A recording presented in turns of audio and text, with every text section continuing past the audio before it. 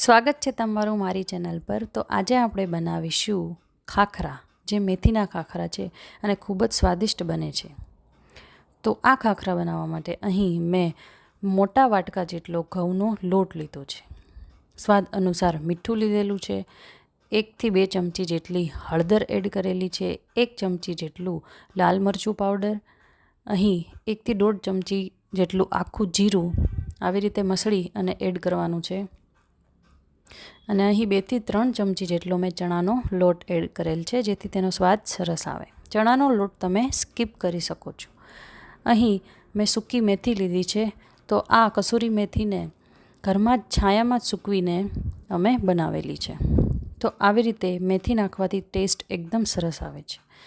અને હવે મોણ આપવાનું છે, તો 1 મોટો ચમચો જેટલો અમે અહીં તેલ લીધેલ છે।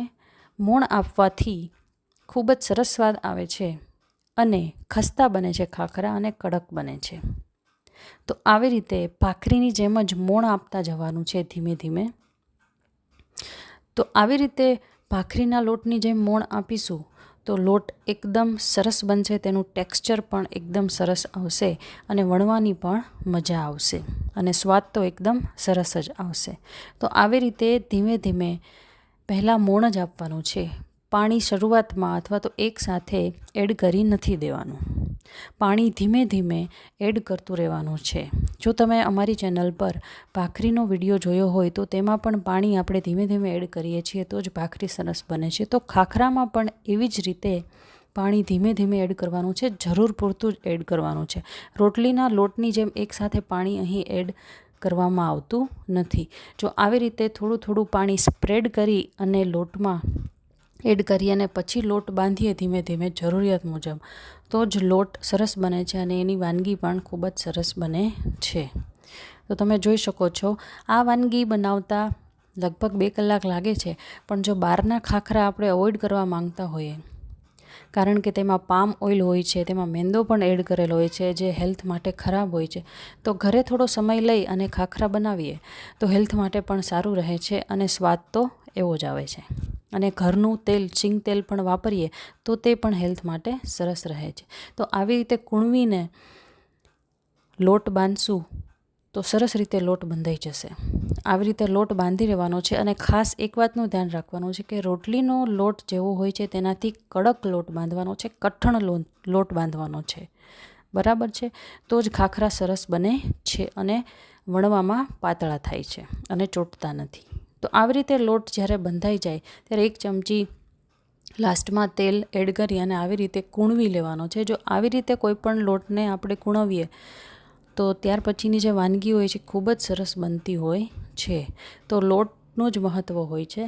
તો લોટ સારી રીતે બંધાય, જાડો પાતળો અથવા તો જે રીતે વાનગી છે તે પ્રમાણે લોટ બંધાય અને આવી રીતે કૂણવી લઈએ તો જ વાનગી સરસ બને છે। તો આવી રીતે મસળીને કૂણવીને લોટ બાંધી દીધો છે અને એ વાતનું ધ્યાન રાખવાનું, આવી રીતે રોટલીના લોટ કરતાં કડક લોટ હોવો જોઈએ। હવે આ લોટને આપણે 10 થી 15 મિનિટ રેસ્ટ કરવા દઈશું, જેથી કરી અને લોટ સરસ રીતે થઈ જાય અને ખાખરા બનાવવા માટે તૈયાર થઈ જાય। તો આવી રીતે 10-15 મિનિટ પછી નાના નાના લુવા બનાવી લેવાના છે। જો તમારે ખાખરા નાની સાઇઝના બનાવવા હોય તો તે પ્રમાણે લુવા બનાવવાના છે, અને માર્કેટમાં જે મોટા ખાખરા આવે છે, જો એવા ખાખરા બનાવવા હોય તો એવી રીતે લુવા બનાવી લેવાના છે। તો લુવા એકસાથે બનાવી અને પછી ખાખરા વણવાની તૈયારી કરીશું। આવી રીતે એક પછી એક લુવા બનાવી લેવાના છે અને સાઈડમાં કોરો લોટ તો ખરો જ। અહીં આપણે એક મોટો વાટકો જેટલો, 1 બાઉલ જેટલો ઘઉંનો લોટ લીધેલો હતો, તો એટલા લોટમાંથી લગભગ 10 થી 12 જેટલા મોટા ખાખરા બની જાય છે, બરાબર છે? અને આ ખાખરા તમે અઠવાડિયું કે 10 દિવસ સુધી રાખી શકો છો, તે બગડતા નથી અને ચા સાથે તમે ખાઈ શકો છો। તો આ રીતે ખાખરાને વણવાની શરૂઆત કરવાની છે અને કોરો લોટ નાખતો જવાનો છે, વધુ લોટ નાખવાનો નથી। તો આ રીતે ગોળ આકાર સરસ રીતે થઈ જાય એ રીતે વણતું જવાનું છે અને ખાસ એ વાતનું ધ્યાન રાખવાનું છે કે આ ખાખરા છે તો ખાખરાની સાઈઝ જે હોય છે તે પતલી હોય છે। તો ખાખરા આરપાર દેખાય એવી જ રીતે વણવાના છે, જ્યાં સુધી થાય ત્યાં સુધી તેને પતલા જ વણવાના છે. જો જાડા હશે તો ચવડ થઈ જશે અને ખાવામાં પણ મજા નહીં આવે. તો આ રીતે જેટલું બની શકે તેટલું જ તેની સાઇઝ પતલી રાખવાની છે. તો અહીં મેં ખાખરાની સાઇઝ મોટી રાખેલ છે. જો તમારે નાની સાઇઝના ખાખરા કરવા હોય તો એ રીતે લુવા કરવાના હોય છે. અને વચ્ચે તમારે જોતું જવાનું છે કે જાડા છે કે પાતળા છે, અને જો જાડા લાગે તો ફરીથી વણવાના છે. પાતળા હશે તો જ ખાખરા સરસ બનશે, અને ખાખરાનો ગુણ હોય છે કે તે પાતળા જ હોય છે. તો આ રીતે જોવાનું છે. જોઈ શકો છો તમે, દરેક જે ઇન્ગ્રીડિયન્ટ નાખેલા છે તે સરસ દેખાઈ આવે છે અને કલર પણ સરસ દેખાઈ રહ્યો છે. તો એક પછી એક આ બધા જ ખાખરા એકસાથે વણી લેવાના છે, અને ત્યારબાદ જ આ ખાખરાને શેકવાની તૈયારી કરીશું. અને અમે પણ ઘરમાં પહેલી વાર જ આ ખાખરા બનાવ્યા છે, અને સરસ મજાના ખાખરા તૈયાર થઈ ગયા હતા અને સ્વાદ પણ એકદમ સરસ આવેલો હતો. તો અહીં મેં જે લોટી લીધેલી છે તે ઢોસાની લોટી છે. તમે ચાહો તો નોનસ્ટિક કોઈ પણ લોટી લઈ શકો છો, કોઈ પણ તવી લઈ શકો છો. ગેસની ફ્લેમ ખાખરા બનાવવામાં ધીમી જ રાખવાની હોય છે, કેમ કે જો તમે ગેસની ફ્લેમ હાઈ રાખશો તો ખાખરા બનશે નહીં સારા. તો આવી રીતે ગેસની ફ્લેમ ધીમી રાખી અને કોઈ પણ સારા કપડાથી એને પ્રેસ કરતા જવાનું છે, અને આવી રીતે શેકતા જવાનું છે. હા, ખાખરા બનાવવામાં ખૂબ જ વાર લાગે છે, પણ બહારના ખાખરા ખાવા એની કરતાં આ હેલ્ધી ખાખરા બનાવીને ખાવા સારા. ચા સાથે ખૂબ જ સરસ લાગે છે. તો આવી રીતે કપડાથી દબાવીને પ્રેસ કરીને બનાવશો તો જ ખાખરા સરસ બનશે. જોઈ શકો છો તમે, થોડી બ્રાઉન ટપકી આવે છે ત્યાં સુધી તમારે આ શેકવાના છે. દાજી ન જાય તેનું ધ્યાન રાખવાનું છે. વચ્ચે ક્યારેક તમે ચાહો તો થોડી ફ્લેમ મીડિયમ કરી શકો છો, પણ તરત તમારે પછી ધીમી કરી લેવાની છે. તો આ રીતે પ્રેસ કરતા જઈ અને કાચા ન રહી જાય અથવા તો ખૂબ બળી ન જાય તે ધ્યાન રાખવાનું છે. અને ખાખરાની કોર કાચી ન રહી જાય તેનું ખાસ ધ્યાન રાખવું. ગેસની ફ્લેમ ધીમી રાખવાની છે. તમે જોઈ શકો છો કે આ ખાખરો કડક થવા લાગ્યો છે અને સરસ દેખાઈ રહ્યો છે.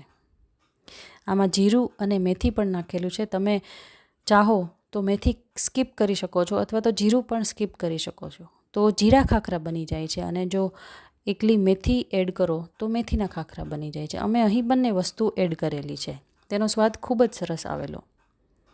તો આ ખાખરા તમે આજે જ બનાવો, અને આવી રીતે બ્રાઉન કલરના થઈ જાય ત્યાં સુધી જ તમારે શેકવાના છે. તો અહીં પેલો ખાખરો તૈયાર થઈ ગયો છે અને એકદમ સરસ દેખાય છે. આકાર પણ એનો ગોળ છે અને કડક દેખાય છે. અને દરેક ગુજરાતીના ઘરમાં તો ખાખરા નાસ્તામાં હોય જ છે. જો ભૂખ લાગે, નાની નાની ભૂખ હોય સાંજની, તો ચા સાથે ખાખરા ખાઈ લઈએ તો ભૂખ પણ મટી જાય છે. તો જોઈ શકો છો, ખાખરા એકદમ સરસ લાગે છે, જાણે માર્કેટમાંથી જ લઈ આવ્યા હોય. તો અહીં બીજો ખાખરો શેકવાની શરૂઆત કરી. તો આવી જ રીતે ખાખરા શેકી ધીમી ફ્લેમ પર તો સરસ બનશે. અને આ નાસ્તો છે તો તમે આજે જ બનાવો, ચા સાથે ખૂબ જ સરસ લાગે છે. અને તમે જોઈ શકો છો કે એકદમ ખસ્તા, કડક અને ચૂરો થઈ જાય, ભૂકો થઈ જાય એવા ખાખરા છે. તો ખાવાની પણ મજા આવશે. તો આજે જ બનાવો આ ખાખરાનો નાસ્તો, અને હેલ્ધી નાસ્તો બધાને ખવડાવો. ફરીથી મળીશું આપણે આ ચેનલ પર. બાય.